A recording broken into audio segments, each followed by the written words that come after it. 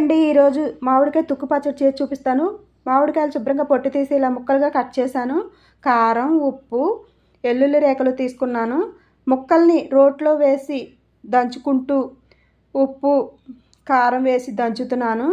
ఈ 2 మామిడికాయలు 4 కప్పులు ముక్కలు అయ్యాయండి. 4 కప్పులకి 1 కప్పు కారం తీసుకున్నాను. అరకప్పు ఉప్పు తీసుకున్నాను. 2 ఎల్లుల్లిపాయ గడ్డలు తీసుకున్నానండి. చూసారా, ఇలా దంచుకుంటూ కారం వేసి మొత్తం అంతా కూడా ఒకేసారి ఇలా కలుపుకుని ఒక గిన్నెలోకి తీసేసుకుని మనం 2 గడ్డలు ఎల్లుల్లి రేఖలు దంచుకుని అందులో కలుపుకోవాలి.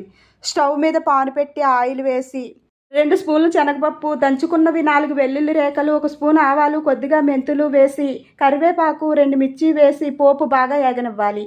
ఏగుతున్న పోపులో రోట్లో దంచుకున్న తుక్కు పచ్చడి వేసి బాగా కలుపుకోవాలి. మీకు నచ్చింది కదండి. Like and share and subscribe. Thank you for watching.